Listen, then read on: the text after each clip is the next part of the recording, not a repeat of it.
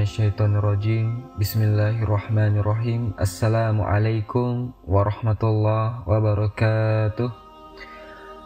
Alhamdulillahi wahda, wassalatu wassalamu ala rasulillah. Sahabat Ferry Channel, rahimakumullah.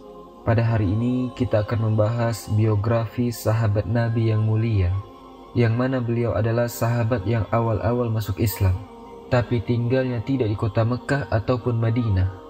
Beliau adalah Abu Zar. Semoga Allah meridhoi beliau. Abu Zar, bapaknya Zar. Berarti namanya bukan ini. Berarti namanya bukan ini.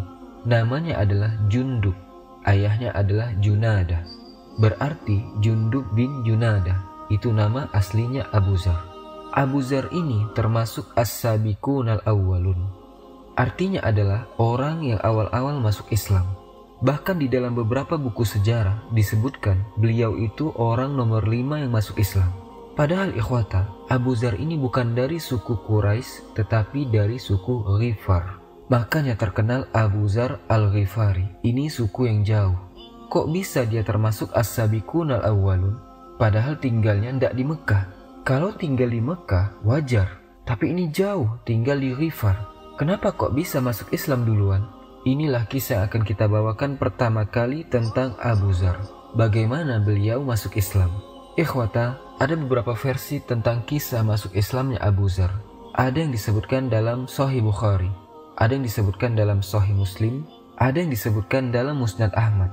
Ada beberapa perbedaan. Akan tetapi saya akan bawakan pertama apa yang disebutkan dalam Sahih Muslim dan juga dalam Musnad Ahmad. Ceritanya begini.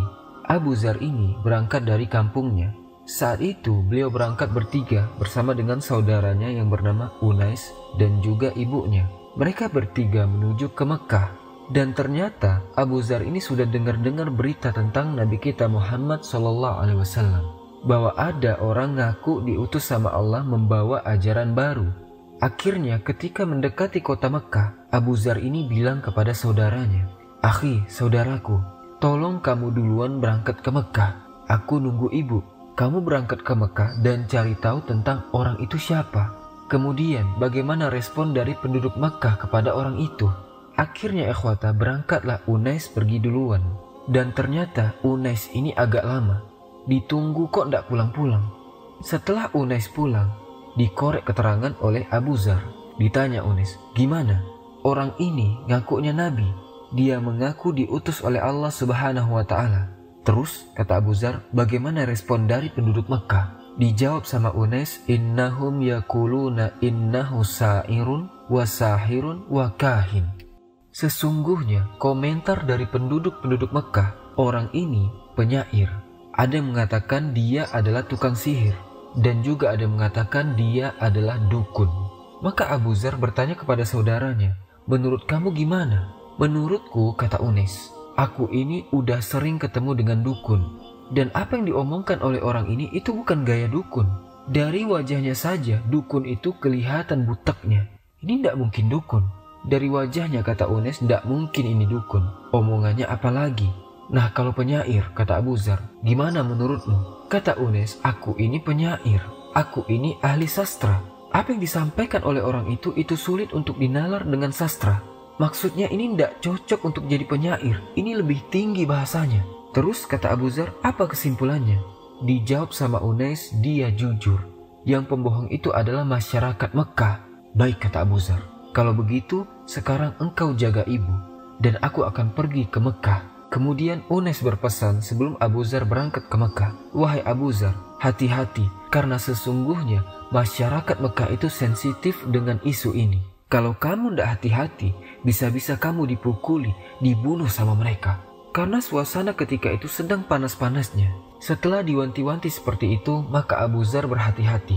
Sesampainya di kota Mekah, maka Abu Zar pun lihat orang yang paling lemah, yang paling kurus. Biar kalau Abu Zar nanya, orangnya tidak berani macam-macam. Abu Zar ini badannya besar, kekar. Kemudian Abu Zar bertanya, berbisik-bisik, "Apakah kamu tahu orang yang katanya dijuluki Sabi, murtad? Jadi dianggap Nabi kita ini murtad dari ajaran nenek moyang mereka, kaum Sabi." Setelah Abu Zar ini nanya orang kurus itu, apa yang terjadi? Orang yang ditanya Abu Zar itu teriak, "Hei orang-orang Mekah, ini orang pengen ikut orang murtad." Karena suasana sedang sensitif saat itu. Langsung orang-orang melempar apapun yang ada di sampingnya kepada Abu Dzar. Ada yang lempar dengan batu, ada yang lempar dengan tanah, tulang, terus dilempar Abu Dzar. Sampai Abu Dzar itu tidak sadarkan diri. Beliau, Abu Dzar, bercerita, "Aku ini seperti bata merah pada saat itu. Saking banyaknya darah yang mengucur di tubuhnya dan tidak ada yang bantu." Ketika beliau siuman, beliau haus, beliau mencari air dan menemukan sumur Zam-Zam. Beliau bersihkan lukanya, kemudian beliau minum di situ. Abu Dzar lapar saat itu, tapi tidak ada yang memberikan makanan. Sehari, 2 hari sama sekali tidak ada yang kasihan kepadanya. Maka Abu Dzar, beliau setiap lapar minum air Zam-Zam. Kata Abu Dzar, "Selama 30 hari itu tidak ada sedikit pun makanan yang masuk ke tubuhku. Aku pada saat itu cuma minum air Zam-Zam dan aku merasa sehat, kuat dan tidak kelaparan." Masya Allah. Setelah 30 hari, datang suatu malam. Sepi sekali. Bulan purnama padahal, tapi sepi kota Mekah. Yang sedang tawaf di sisi Ka'bah itu cuma 2 orang perempuan. Dan akhirnya Abu Dzar ikut menuju ke Ka'bah. Tidak lama kemudian, 2 orang perempuan yang berkeliling itu pergi. Dan datang 2 orang laki-laki. Kedua laki-laki itu adalah Nabi kita Muhammad SAW dan Abu Bakar As-Siddiq. Kemudian kedua orang mulia ini tawaf di sekeliling Ka'bah, kemudian mencium Hajar Aswad, kemudian sholat. Nah, Abu Dzar ini sudah ada feeling. Kayaknya, kata Abu Dzar, ini orang yang dibilang Shabi. Setelah Rasulullah dan Abu Bakar selesai sholat, Abu Dzar mengucapkan salam. Dan konon ikhwata, Abu Dzar ini yang pertama kali mengucapkan Assalamualaikum warahmatullahi wabarakatuh kepada Nabi kita Muhammad SAW. Konon seperti itu. Maka Nabi SAW menjawab, "Alaika warahmatullah." "Mimman anta?" "Kamu dari mana?" kata Nabi. "Kamu dari suku apa?" Maka Abu Dzar pun menjawab, "Min Ghifar." "Aku dari suku Ghifar." Nabi SAW meletakkan tangan di dahinya. Saat itu Abu Dzar merasa khawatir. Jangan-jangan Nabi SAW tidak suka ketika aku sebutkan nama sukuku. Tapi ikhwata, tidak dijelaskan kenapa Nabi meletakkan tangannya di kepalanya. Apakah Nabi saat itu sedang berpikir? Maka kemudian Nabi bertanya, "Kamu sudah berapa lama di sini?" Kata Abu Dzar, "Sudah 30 hari, 30 malam." Terus kata Nabi, "Siapa yang beri kamu makan?" "Tidak ada," kata Abu Dzar. "Selama 30 hari, 30 malam itu, aku hanya minum Zam-Zam dan selama itu aku kuat, tidak kelaparan." Bahkan disebutkan di situ Abu Dzar semakin gemuk. Padahal Abu Dzar itu tubuhnya sudah kekar aslinya. Besar badannya dan kulitnya gelap Abu Dzar. Dan rata-rata ikhwata suku Ghifar seperti Abu Dzar. Besar-besar dan pemberani-pemberani, kuat mereka. Maka Nabi SAW bersabda, "Innaha mubarakah wa innaha ta'amu tu'min." Sungguh air Zam-Zam itu penuh berkah dan air Zam-Zam bisa dijadikan asupan makanan. Bahkan di riwayat lain Nabi SAW berkata, "Ma'u Zam-Zam lima syuriba lahu."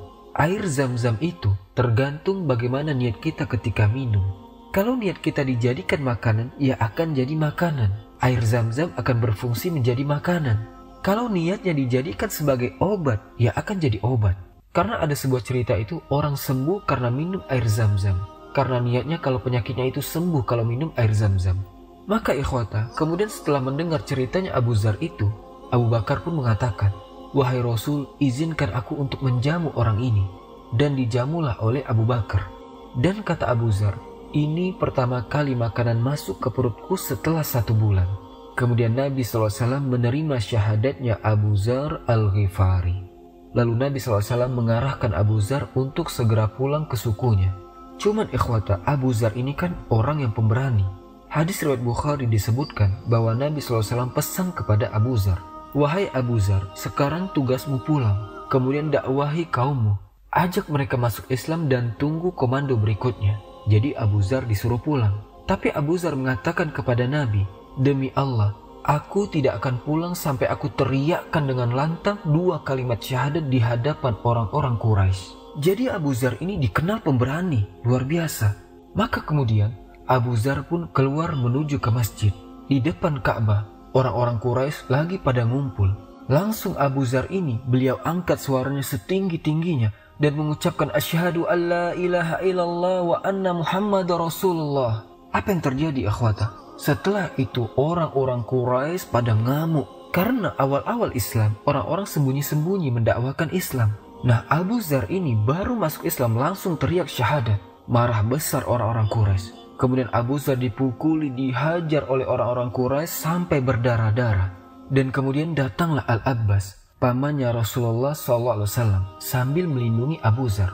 Apa kata Al-Abbas? Wailakum, celaka kalian ini. Apa kalian tidak tahu orang ini dari suku Ghifar? Diam orang Quraisy. Lanjut Al-Abbas mengatakan, kalian itu kalau dagang perginya ke Syam. Jalan kalian itu lewat perkampungan Ghifar. Dan kita tahu orang Arab itu sangat solidaritasnya satu suku itu besar sekali. Kalian pukuli orang ini, kalau sampai dia mati, bisa-bisa kalian ini tidak bisa dagang lagi ke Syam. Akhirnya ikhwata penduduk Quraisy pada mikir. Setelah itu dibawa pulang Abu Dzar. Besoknya gitu lagi Abu Dzar, tidak ada kapoknya. Dia tidak ada takutnya, luar biasa. Kemudian ikhwata, pulanglah Abu Dzar menemui Unais dan ibunya. 1 bulan lebih baru pulang. Ibunya dan Unais khawatir mereka. Ditanya sama Unais, gimana kamu? Abu Dzar menjawab, aku masuk Islam. Langsung kata Unais, ya udah aku juga ikut masuk Islam. Setelah Unais dan Abu Dzar masuk Islam, ibu Abu Dzar juga mengatakan, aku juga masuk Islam. Masya Allah, tiga-tiganya masuk Islam. Setelahnya mereka dakwah di kaumnya. Dan banyak dari suku Ghifar yang masuk ke dalam agama Islam. Masya Allah. Ketika Nabi SAW sudah hijrah ke Madinah, saat itu suku Ghifar yang sudah masuk Islam itu datang menemui Nabi kita Muhammad SAW. Banyak sekali rombongan mereka bersama dengan suku Aslam. Maka setelah mereka datang dan mereka mengumumkan keislamannya kepada Nabi SAW, saat itu Nabi kita Muhammad SAW sangat berbahagia. Dan beliau mengatakan, Ghifar ghafarallahu lahum wa aslam salamahumullah. Ini adalah optimisme. Ghifar, semoga Allah mengampuni mereka. Kata Ghifar itu mirip dengan Ghafaro, yang artinya adalah ampunan. Dan Aslam itu mirip dengan salama, kedamaian. Jadi dua suku ini didoakan sama Nabi kita Muhammad SAW sesuai dengan namanya.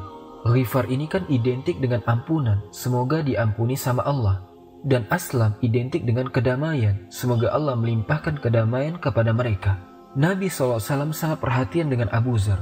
Nabi pernah berpesan kepada Abu Dzar, suarakanlah kebenaran sekalipun itu pahit. Pesan ini dilakukan oleh Abu Dzar. Abu Dzar dalam Sahih Bukhari dan Muslim. Dia itu menjumpai suatu masa setelah wafatnya Rasul SAW, Abu Bakar dan Umar. Abu Dzar ini mengalami masa di mana tidak sedikit kaum muslimin yang mulai terpengaruh dengan harta dunia. Mulai ada di antara mereka yang bermewah-mewahan. Nah, ketika melihat fenomena seperti itu, maka Abu Dzar pun datang.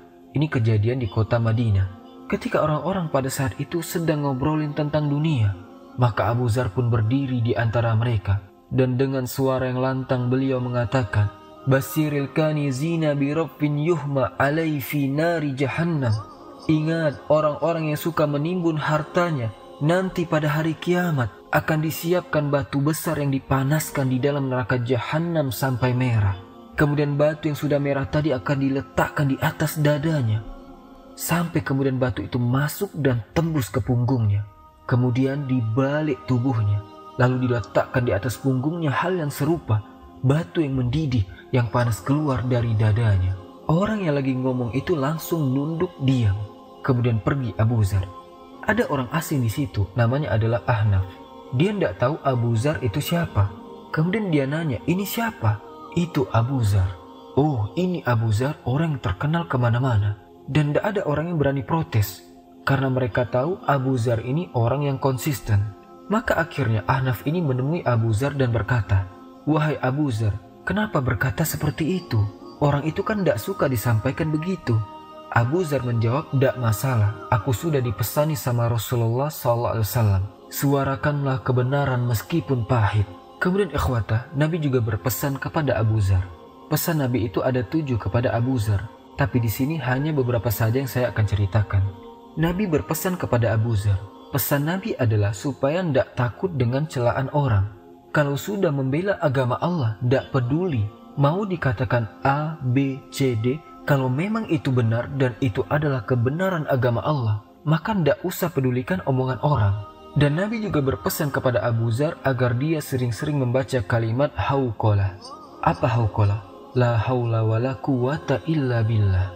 Inilah asupan gizinya supaya tidak gentar membela agama Allah. Karena yang punya kekuatan itu hanya Allah. Sungguh la haula wala quwata illa billah adalah harta karun yang tersimpan di bawah arsy. Itu adalah pesan yang disampaikan kepada Rasulullah SAW kepada Abu Dzar Al-Ghifari. Kemudian ikhwata yang terakhir, bagaimana wafatnya Abu Dzar Al-Ghifari?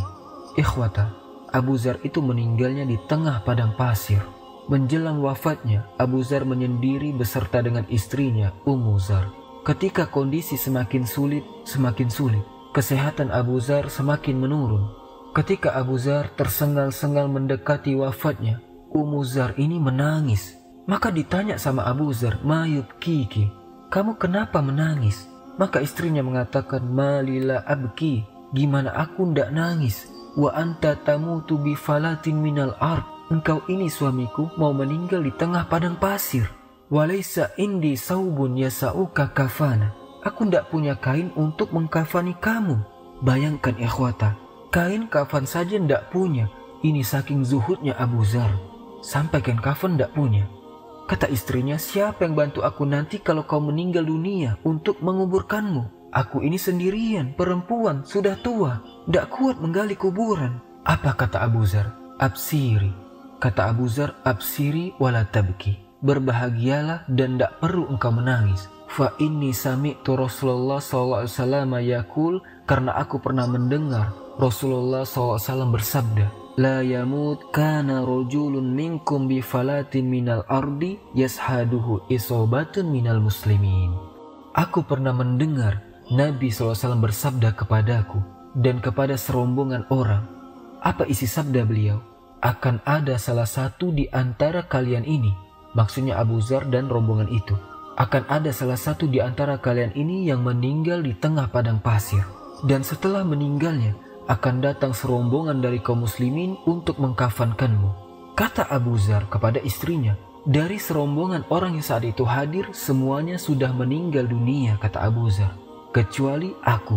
Berarti satu orang yang akan meninggal di padang pasir itu adalah aku.